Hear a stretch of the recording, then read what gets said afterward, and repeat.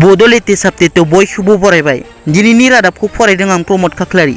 गिबिनि साबटेटआव दङ जखलाबन्दा पुलिसा हाथियारजों लोगोसे साथाम सिखाव फलान हमदों। जखलाबन्दा पुलिसनि देरहानाय। पुलिसा हाथियारजों लोगोसे साथाम सिखाव फलान हमनो हायो। हमजानाय सिखाव फलानफोरखौ नागालेन्डनि देनिउ पथमी, रुपुहिहाटनि साइदरियार अनवार हुसेन आरो रुपुहिहाटनि 9 नं काटपारानि रफिकुल इस्लाम होनना सिनायनो हादों। सिलिन्डारजों लोगोसे मोनसे 303 राइफल, 10 राउन्ड 303 राइफलनि गुलि आरो मबाइल बोखांनो हायो पुलिसा। काजिरङायाव गान्दा बुथारनो थाखाय थियारि जादोंमोन साथामबो सिखाव फलाना। नैथियाव दङ क'क्राझार जिल्लायाव कभिड-19 पजिटिभनि अनजिमाया 60 जाहैबाय।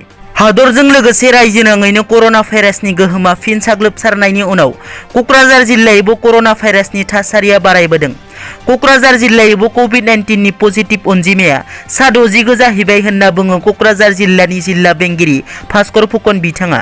दिनै क'क्राझार जिल्लानि जिल्ला बेंगिरि भास्कर फुकन बिथाङा क'क्राझार जिल्लानि गासै नोगोरारिफोरखौ कभिड-19नि थासारिनिफ्राय सांग्रां जानांगौ होनना साफ्रोमबो नोगोरारिफोरखौ जेब्लाबो मास्क गाननांगौ, जेब्लाबो साखोन-सिखोन आरो सांग्रांथियै थानांगौ होननाबो बुंबावो। मास्क गानाब्ला 1000 रां जुरिमाना होनांगौ होननानैबो बुंबावो बिथाङा। थामथियाव दङ कभिड प्रट'कलखौ मानिनानै थि समावनो जागोन हायार सेकेन्डारिनि जोबथा आनजाद। कभिड प्रट'कलखौ मानिनानै जानो गोनां आसाम हायार सेकेन्डारिनि जोबथा आनजादखौ खुंफुंनो थियारि जादों आसाम हायार सेकेन्डारि इडुकेसन काउन्सिलआ। आनजाद खुंनायनि बागै रोखा खालामना होयो आसाम हायार सेकेन्डारि इडुकेसन काउन्सिलनि नेहाथारि रमेश चन्द्र चुटियाया। बिथाङा खौरांगिरि मेलनि गेजेरजों फोरमायनाय बादिब्ला फैगौ 11 मेनिफ्राय 14 जुनसिम थिखानाय सानावनो खुंजागोन आनजादआ। आनजादनि थाखाय गोनां जानाय एडमिट कार्ड, फिननाय लिरग्रा बहिफोरनि थियारि खालामनाया फ्राय जाफुंनायनि लामायाव होनना।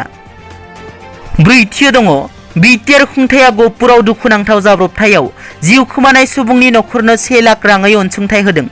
गहपुरनि 2 नं बिक्रमपुर गामियाव दुखुनांथावै लामा जाब्रबथायजों सानै सुबुंनि जिउ खोमानानै लानांनाय आरो गोब्राब जोखोम जानाय देहा फाहामसालियाव देहा फाहामथाय लागासिनो थानायखौ BTR सरकारनि मावफुं सोद्रोमा दावबायसा बर'जों लोगोसे माजबात बिधान सभानि UPPL दोलोनि बिजाथि रतीन्द्रआबो सुलाद लाहैदों।